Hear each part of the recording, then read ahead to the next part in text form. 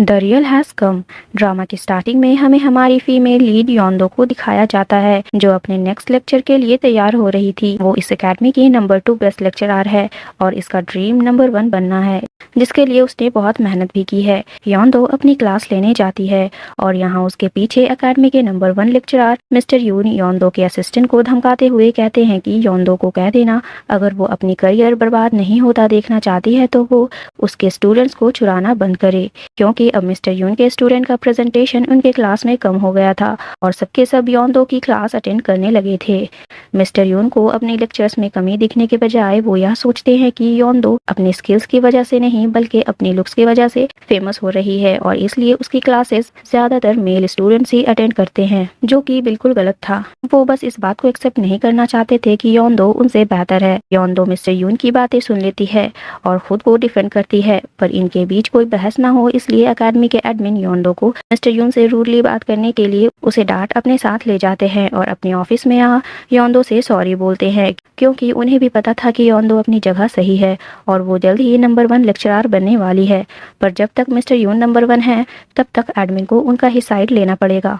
Admin योंदो को ये suggestion भी देते हैं कि वो नंबर 1 बनने से पहले शादी कर ले, क्योंकि नंबर 1 बनने के बाद सबसे ज्यादा इम्पोर्टेंट अपना स्टेटस मेंटेन करना होता है और तभी उसे उसका बॉयफ्रेंड जूनहा मैसेज कर उसे अपने होटल रूम में डिनर करने के लिए बुलाता है। अब अगली सीन में लीड ताई ग्योंग की दिखाई जाती है। ताई ग्योंग एक गायनोकोलॉजिस्ट है। उसे शादी जैसे रिलेशनशिप में बिलीव नहीं, क्योंकि उसे ऐसा लगता था कि फैमिली होने के बाद अपनी कोई फ्रीडम नहीं रह जाती और हमें फैमिली के दूसरे मेंबर्स के लिए ना चाहते हुए भी सैक्रिफाइसेस करने पड़ते हैं, इसलिए वो कभी भी शादी नहीं करना चाहता। ताई ग्योंग आज अपनी गर्लफ्रेंड सूजी से मिलने जाता है। सूजी एक फेमस शो एंकर है। हालांकि सूजी के साथ रिलेशनशिप स्टार्ट करने से पहले ताई ग्योंग ने सूजी को ये क्लियर कर दिया था कि वो कभी शादी नहीं करेगा, पर आज सूजी ताई को शादी के लिए पब्लिकली प्रपोज कर देती है और इसलिए ताई उससे वहीं ब्रेकअप कर लेता है और यहाँ योंदो जूनहा के होटल रूम में पहुंच जाती है।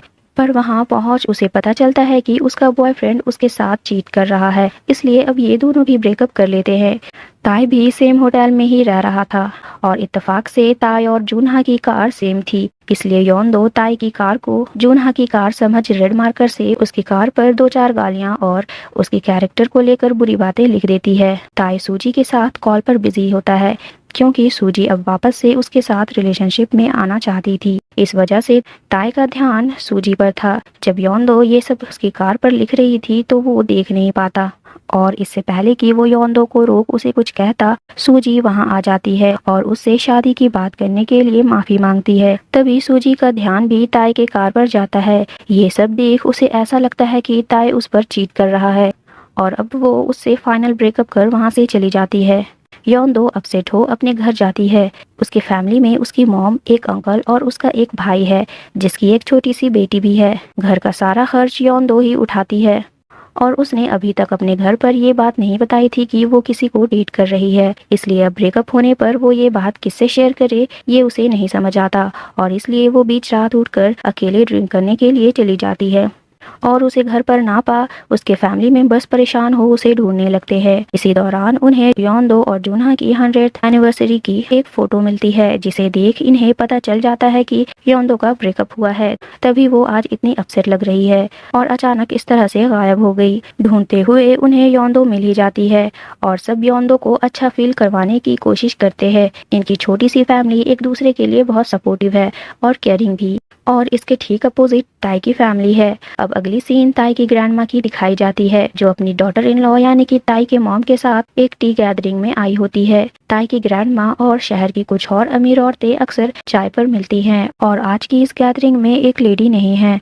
और वो कोई और नहीं बल्कि सूजी की मॉम है, क्योंकि उनकी बेटी ताई के चीट करने के सदमे से हॉस्पिटलाइज्ड हो गई थी। इसलिए इसका गुस्सा सूजी की मॉम ताई की ग्रैंडमा और उसकी मॉम पर निकालती है।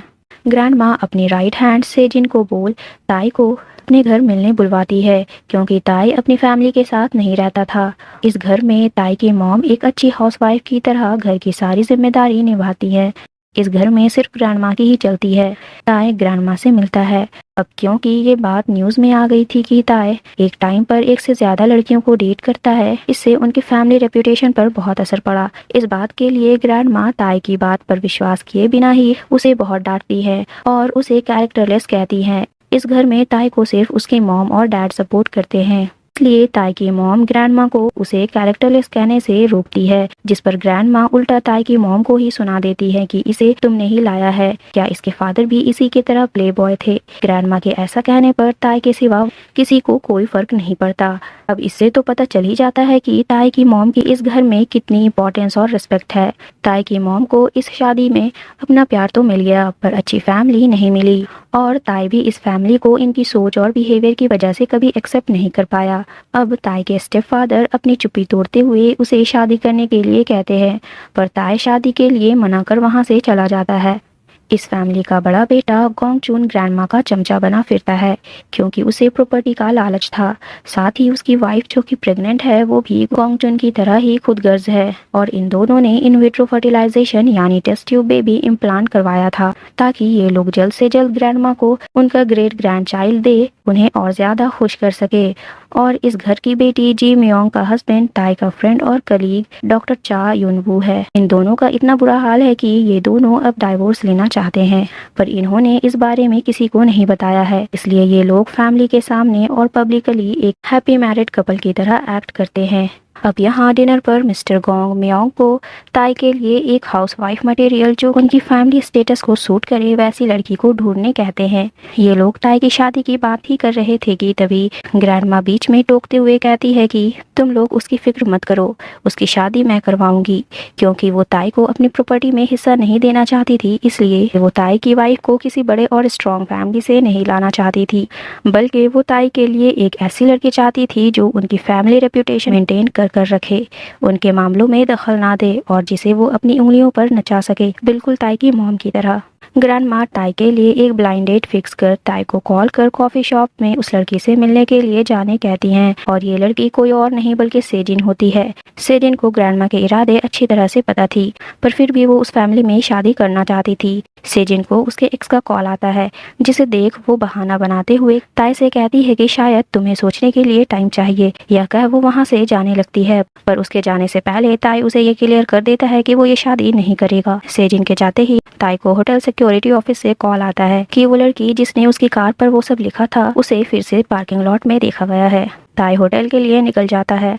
आज योंदो और जूनहा की फर्स्ट एनिवर्सरी थी और ये बात योंदो को और ज्यादा हर्ट कर रही थी, इसलिए वो जूनहा से एक आखिरी बार में उसे उसकी दी हुई रिंग लौटा सब कुछ खत्म करना चाहती थी और इसलिए वो आज फिर जूनहा से मिलने उस होटल में आई थी। यहाँ सेजिन भी उसी होटल में अपने एक्स से मिलने आती है और उसका एक्स कोई और नहीं बल्कि जूनहा ही था। जूनहा यूएस शिफ्ट हो रहा था और इसलिए वो सेजिन को अपने साथ ले जाना चाहता था, पर सेजिन उससे ब्रेकअप कर लेती है क्योंकि ताई से शादी कर इतनी बड़ी फैमिली का पार्ट बनने का मौका वो नहीं खोना चाहती थी। ये दोनों कार में बैठ बात ही कर रहे थे कि तभी ताई वहाँ योंदो के तलाश में आ जाता है, जिसे सेजिन देख लेती है और उससे छिपने के लिए जूनहा को गुड बाय किस कह उसे किस करने लगती है। सेजिन ताई से तो छिप जाती है पर योंदो से नहीं, वो जूनहा को किस करते देख लेती है। हालांकि वो सेजिन का फेस नहीं देख पाती और अब योंदो और ज्यादा दुखी हो जाती है। जूनहा और सेजिन वहाँ से चले जाते हैं और ताई फाइनली योंदो को ढूंढ ही लेता है और उसे अपनी कार दिखाते हुए उसकी गलती बताते हुए उसे सुनाने लगता है, पर योंदो अब भी शॉक में थी और वो वहीं बेहोश हो जाती है।